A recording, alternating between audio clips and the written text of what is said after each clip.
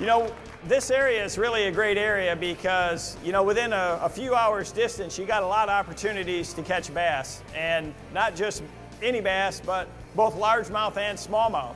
And a lot of great fisheries that hold a lot of big ones, right? Does anybody like to catch smallmouth bass? Yeah, me too.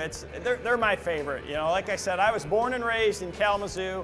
You know, I grew up fishing all the lakes around in this region. You know, starting off in the spring, there's a lot of different techniques and things that you can use. And myself, I've just always loved to be more of a fast-paced fisherman. You know, it's really hard for me to go out there and cast a bait out there and just kind of work it back real slow. I'm more of a power fisherman. You know, I want to fish fast.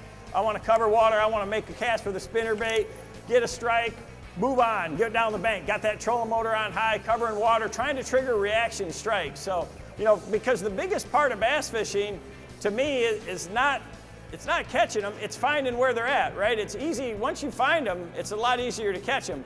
You got to be around them, so you got to use techniques that you can be efficient to cover a lot of water. And, you know, a jerkbait is going to be one of my key tools to find those fish. And in this area up here, I love to fish a jerkbait. The thing that we have a lot of in this region is we've got a lot of lakes and rivers that have pretty clear water. And for a jerkbait to be real successful, you got to have some clear water, because what you imitate with this presentation is basically a wounded bait fish.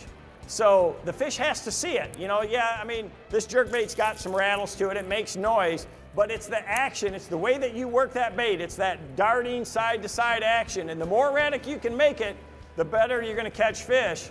But they got to be able to see it. So if I go to a lake and I see that I can see down in the water a couple of feet or more, and a lot of our places, especially on the Great Lakes, you might be able to go down and see 15 or 20 feet deep.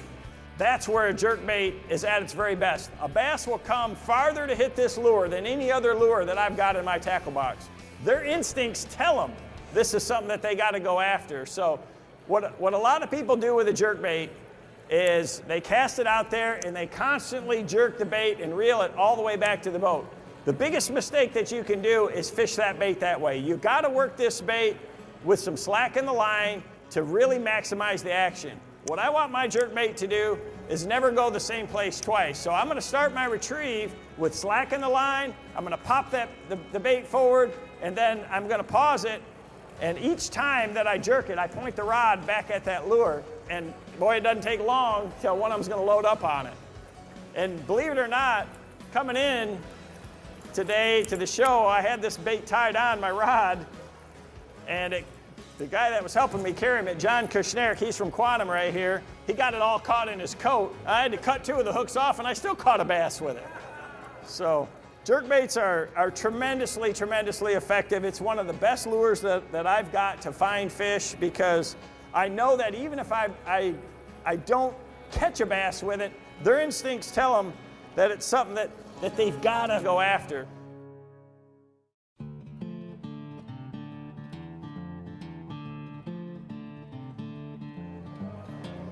When I'm fishing a jerkbait, I like to use a fast reel. You know, I'll use my KVD Tour reel or a new EXO in a high-speed version, because I'm never pulling it with the reel, and all I got to do is just turn the handle just a little bit to pick up that slack line. I'm always working it with slack, and all the reel does is pick up a little bit of that slack.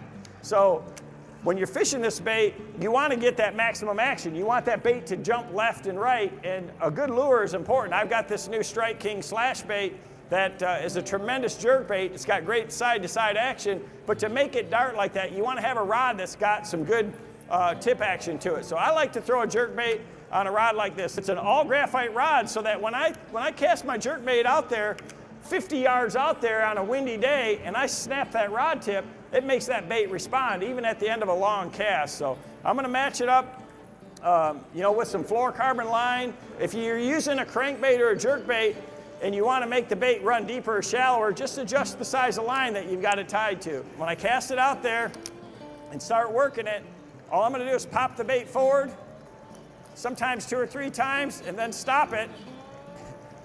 And it doesn't take long till they're going to come after it. I mean, a jerkbait is a deadly, deadly technique that works all season long. You know, a lot of people think these are just springtime lures, but especially up here in the north, when you've got this tied on, they can't help themselves but to chase it down, and it's a lure that I use all season long, and especially smallmouth bass. They're so aggressive, but the way that you fish the bait is always the same. You always start and finish with that slack in the line.